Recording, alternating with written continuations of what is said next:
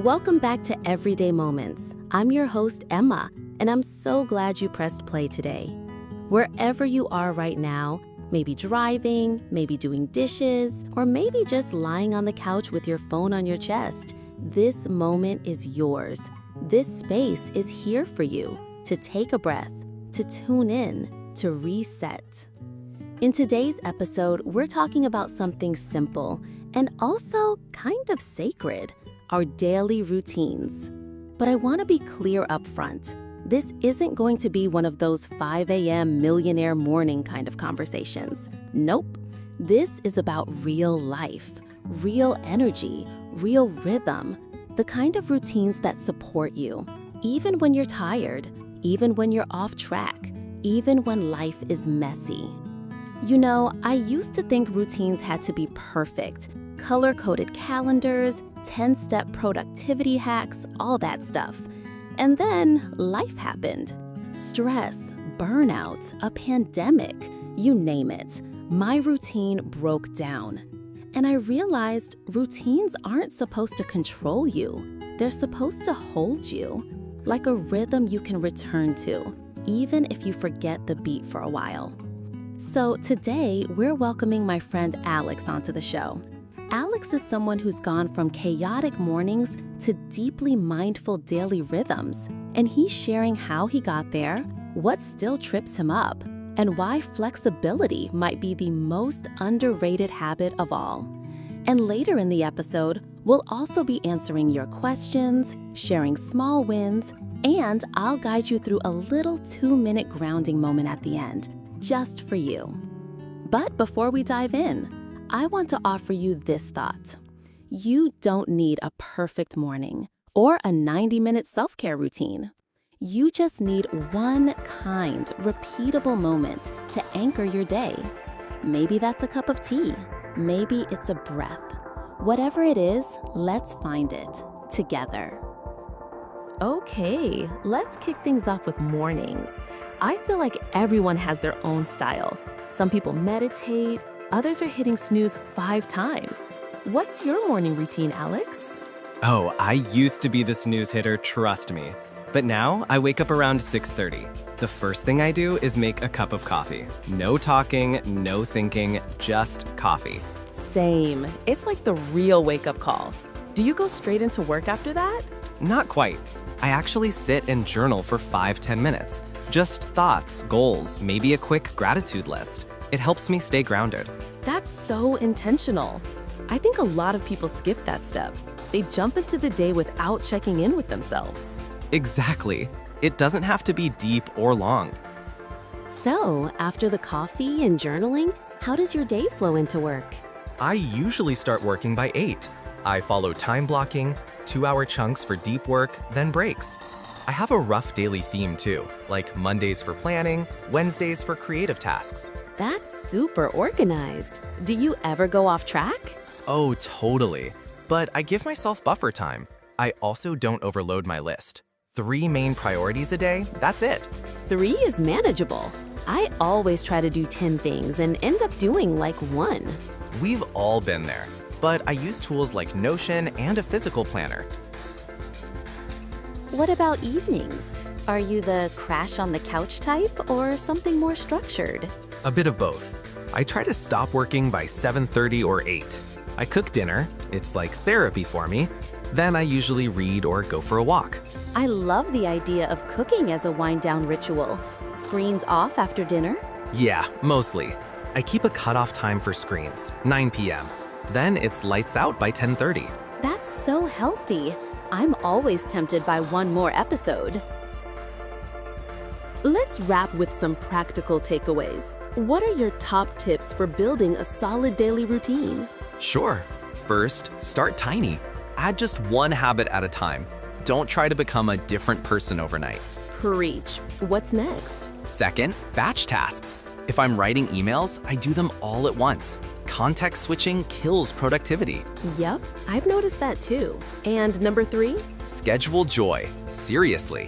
Whether it's a coffee date, a walk, or just 20 minutes to doodle, make space for fun. That last one's underrated. Productivity isn't everything.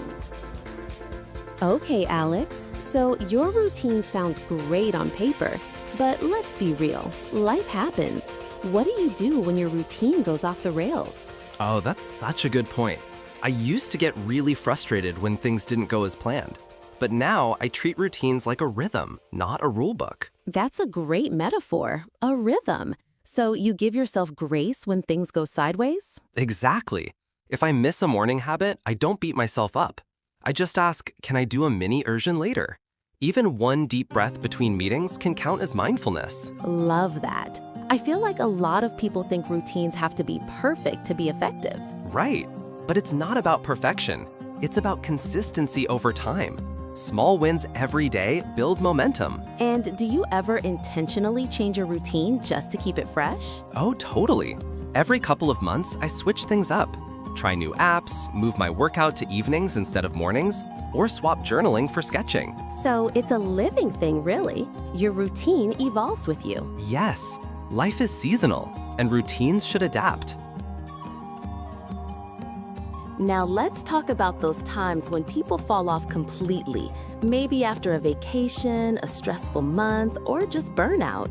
How do you reboot? Ooh, the start over moment. I've had plenty of those. The first thing I do is ditch the guilt. It's not a failure, it's just a reset. I love that. I think we internalize this idea that falling off means we're not disciplined. Yeah, and it's such a harmful mindset. Progress isn't linear. So I restart small, like just making my bed every morning. One habit that gives me a win. So you're saying go back to basics. Exactly. Then I rebuild from there. I ask myself, what do I need right now? Not what should I be doing? That's powerful. You're tuning in instead of forcing it. Yes, and sometimes that means building a whole new routine that matches where I am now, not the one I had 6 months ago. And you're still growing, just in a different direction. Totally. Progress with compassion. Before we wrap up, we've got a few questions from our listeners. Thank you to everyone who sent these in. This first one's from Maya in Toronto.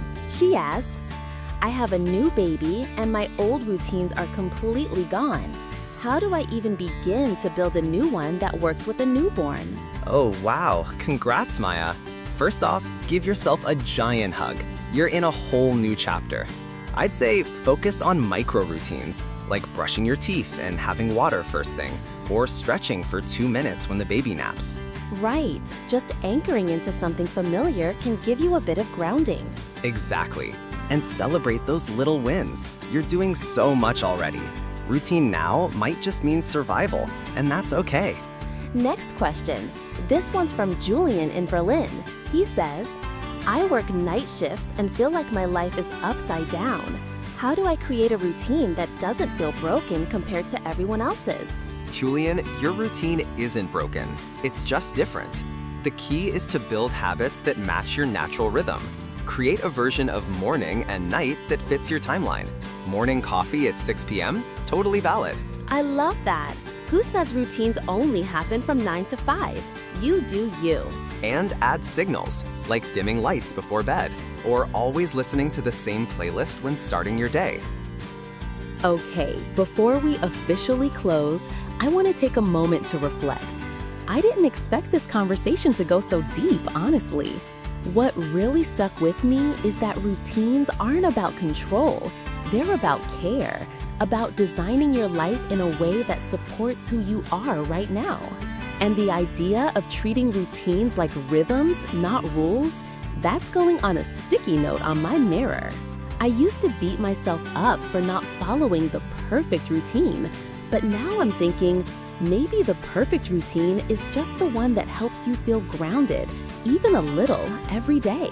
So for anyone listening who feels behind or stuck or tired, maybe today's the day you just breathe and start again, one moment at a time. And that's a wrap on today's episode of Everyday Moments. If you're still listening, thank you. Thank you for making space for yourself.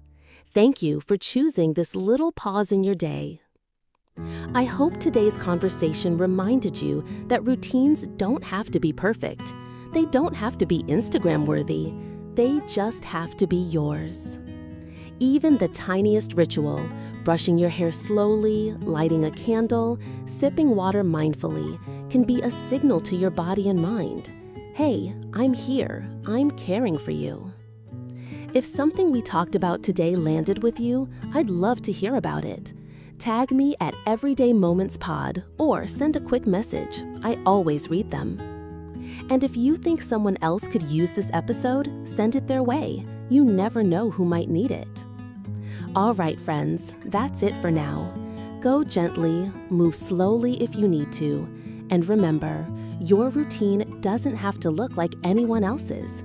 It just needs to feel like you. I'll see you next time. Until then, stay soft, stay grounded,